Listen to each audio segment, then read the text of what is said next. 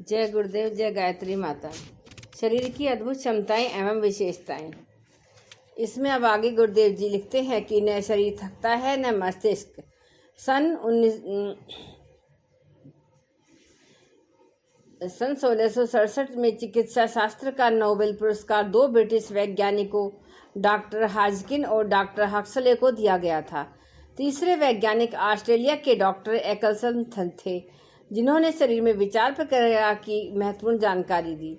अमेरिकी वैज्ञानिकों ने 50 वर्ष की आयु से अधिक कई व्यक्तियों पर परीक्षण किए और यह पाया कि जब मनुष्य का सारा शरीर थक जाता है तब भी मस्तिष्क नहीं थकता। दूषित जीवन पद्धति के कारण किसी की ज्ञान शक्ति विकसित हो गई हो, वैसे थोड़े ही लोग पाए गए हैं। अधिकांश परीक्षणों से मनोवैज्ञानिक इस निष्कर्ष पर पहुंचे हैं कि आयु बढ़ने के साथ मानसिक शक्ति में किसी प्रकार का ह्रास नहीं होता। यदि होता है तो वह कम मानसिक कार्य करने से ही होता है। मस्तिष्क को अधिक क्रियाशील रखने वाले की बौद्धिक शक्ति में अंतर नहीं आता, शरीर भले ही थक जाता हो। भारतीय धर्म ग्रंथों में जीवेम शरद शतम, हम 100 वर्ष के आयुष का उपभोग करें की कामना की गई है। वह उस समय की संयमित और प्राकृतिक दिनचर्या को देखते ही अतियुक्ति नहीं थी, न आज ही अस्वाभाविक है। सूत्र स्थान अध्याय 27 में आचार्य चरक ने मनुष्य की आयु में 36,000 रात्रियां होने का उल्लेख किया है। यदि मनुष्य हंसी खुशी, परिश्रम और सादगी का आचरण करे तो इतनी आयु का होना कोई कठिन बात नहीं है। ऐसे सैकड़ों उदाहरण हैं कि जिनसे इस कथन की पुष्टि होती है। 1750 में हंगरी का बोबिन 172 वर्ष की आयु में मरा।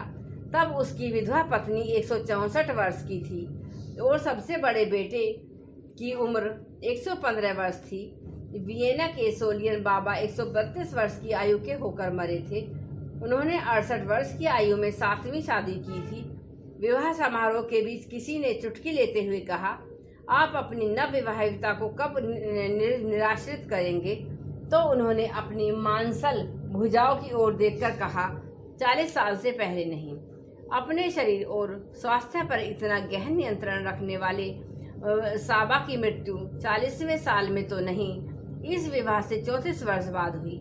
इस पत्नी से भी 3 पुत्र हुए, जबकि इससे पूर्व वह 69 पुत्र पुत्रियों के पिता होकर बहुपुत्र लाभम का आशीर्वाद सार्थक कर चुके थे। रोम की 2 नर्तकियों की आयु 104 और 112 वर्ष का उल्लेख करते हुए वहां एक पत्र ने लिखा था कि नृत्य उनके लिए व्यवसाय नहीं, साधना थी। उन्होंने नृत्य को परमात्मा का वरदान मानकर शिरोधार्य किया था। सदैव हंसती खेलती रहने के कारण उनके स्वास्थ्य में कभी कोई गड़बड़ी नहीं आई। 1867 में फ्रांस में एक ऐसी अभिनेत्री का निधन हुआ जिसने 111 वर्ष की आयु पार कर ली थी। इस अभिनेत्री का जीवन सामान्य अभिनेत्रियों से भिन्न था। साधन और संपत्ति की प्रचुरता होने पर भी उसने प्राकृतिक जीवन के आनंद को नहीं छोड़ा था। वह अधिकांशतः नदियों या झरनों में स्नान करती थी, जंगलों में घूमने जाती थी। बाहर के कार्यक्रम न रहने पर भी घर में नृत्य का इतना अभ्यास करती जिससे शरीर का सारा मैल पसीने के रूप में निकल जाता। डेमोक्रेटिस 106 वर्ष का निरोग जीवन जीकर मरे। उन्होंने अपने जीवन में शराब, मिर्च, मसाले और मांस का कभी उपयोग नहीं किया। वे अधिकांश उबली हुई सब्जियां, नींबू, शहद और ककड़ी आदि हरे शाक फल खाते थे। डबल रोटी एक बार भी ली हो, पर शाकाहार उन्होंने कभी नहीं छोड़ा। वेलोर मकरेन 190 वर्ष, जोसेफ रूरी कटन 160 वर्ष और नॉर्वे ने ड्रमनबर्ग ने 143 वर्ष की आयु का आनंद लिया। रूस के इवान कुसमन नामक किसान ने 130 वर्ष की आयु तक आनंद का जीवन बिताकर यह सिद्ध कर दिया कि जीवन को बढ़ाना मनुष्य एक वश की बात है। सादा और शाकाहारी भोजन, भरपूर परिश्रम, प्रकृति की घनिष्ठता, इन 3 छोटी बातों में दीर्घ जीवन का रहस्य छुपा हुआ है। इन नियमों का उल्लंघन करने वाला, चाहे कोई साधारण व्यक्ति हो चाहे सम्राट, अपनी मृत्यु शीघ्र ही बुलाएगा। व्यायाम का थोड़ा सा भी नियम रखकर हम अपने आयुष को बढ़ा सकते हैं। यह स्वीडन के मिलिट्री ऑफिसर रेवरेंड का कथन है, जिसने 70 वर्ष तक फौजी सेवा की। 17 युद्धों में भाग लेने पर इस ऑफिसर का नियम था प्रतिदिन कम से कम 5 मील चलना। जिस दिन मृत्यु हुई उस दिन भी वह 2 मील चलकर आया था। ब्रिटेन के इफिगम ने पूछा गया, आपकी महत्वाकांक्षा क्या है? क्या आप बड़े आदमी नहीं बनना चाहते? तो उसने हंसकर कहा, परिश्रम के जीवन से मुझे इतना मोह हो गया है कि अब कोई महत्वाकांक्षा ही रही नहीं। आप देखते नहीं मैं कितना स्वस्थ हूँ, कितना प्रसन्न हूँ। मेरे भीतर से हर घड़ी आनंद का फुवारा छूटता रहता है। सचमुच इस तरह परिश्रम में आनंद विभोर जीवन जीने वाले इफिगम 144 वर्ष तक जिए। इसी बीच वह एक दिन भी बीमार नहीं पड़े। जब कभी बरसात होती थी तो वे बच्चों की तरह किलकारी मारते हुए जांघिया पहनकर निकल आया करते थे और घंटों वर्षों की फुहार का आनंद लिया करते थे। प्रकृति माता है, उसकी गोद में रहकर मनुष्य को रुपया पैसा भले ही न मिले, पर जीवन के लिए अभीष्ट प्रसन्नता, प्रफुल्लता, आनंद, सुख और संतोष का भाव नहीं होने पाता। रोग, शोक और बीमारियां तो तब होती हैं जब हम अपने जीवन की गतिविधियां आहार विहार से लेकर काम करने तक को अस्वाभाविक, आलस्य और चिंतापूर्ण बना लेते हैं।